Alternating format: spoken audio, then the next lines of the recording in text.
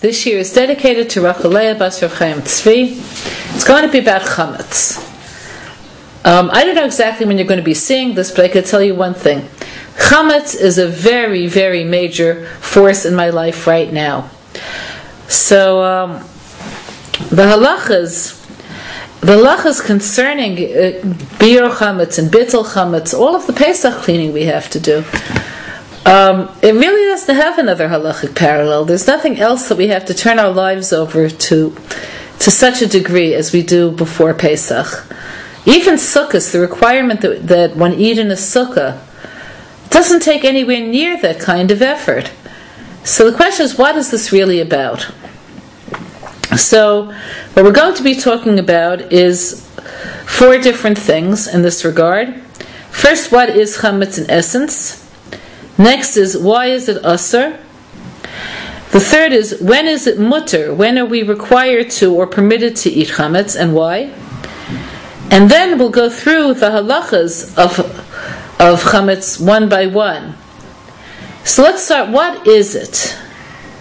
So we all know the simple answer to that question, what is Chometz? Chometz is any one of the 5 species of grain that rose. It could rise because of yeast, it could rise because of warmth, it rose and or causes other things to rise. It's a natural phenomena.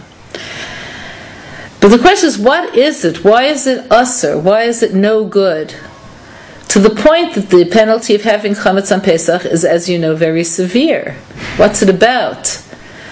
So, the simplest approach is to say, whatever makes bread rise does so through a process called oxidation, which means that air bubbles enter the flour-water mixture and make it rise. So it's hot air. Okay. So hot air is it's a symbol that's like so easy to look at. Hot air, we're all full of it. This the enormous self with a capital S. So on a deeper level, however, Rabbeinu Bachaya talks about Chometz as being a symbol of midas hadin of all things. How so? So this takes us back to the concept of this, that when Hashem created the world, He created otherness. Until the creation, there's just Hashem. V'niskav shemo levado.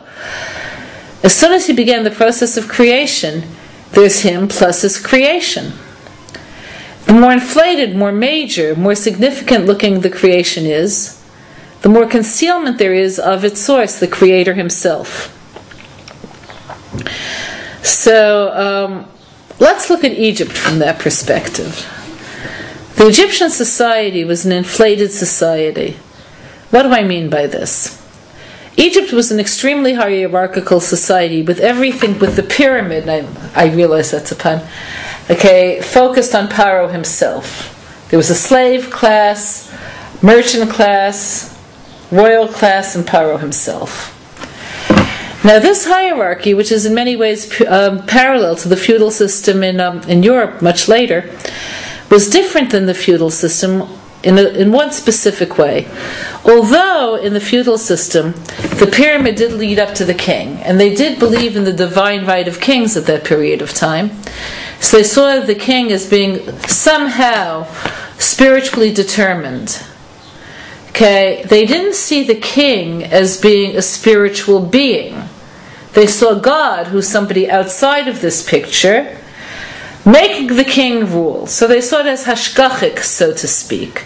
And by alleging themselves to the king, they were alleging and to all of the hierarchical layers. Until that point, they were submitting to what they perceived as being divine rule. So that's how the feudal system worked. Was it self-serving? Yes. Was it materialistic? Yes. But that's a different story.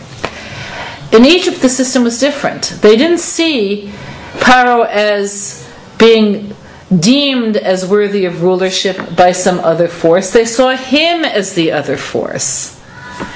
They were a society in which the I with the capital letter was very much epitomized by Paro himself. And this wasn't coincidental. It wasn't a consequence of people's need to worship someone, which is also a human quirk, but it was nurtured by Paro. The fact, for instance, that when he would need the bathroom in the morning, he would take care of his needs in the Nile to make himself look as though he's above human desire, human need, human frailty, was in order to enhance that pyramid. So, the very source of that kind of vision of self could go take us back to the Eitz Hadat Tov V'Ra. Okay, Dat means connection. So the tree of knowledge of good and evil. Knowledge means connection. The very first place in Torah where knowledge is used is V'yada Adam et Chava Ishto. Adam knew his wife Chava. Doesn't mean that he said, "Hi, I'm Adam, and who might you be? Chava?" No, okay. No, it was intimate knowledge, carnal knowledge, physical knowledge. So knowing good and evil, what does that mean? It means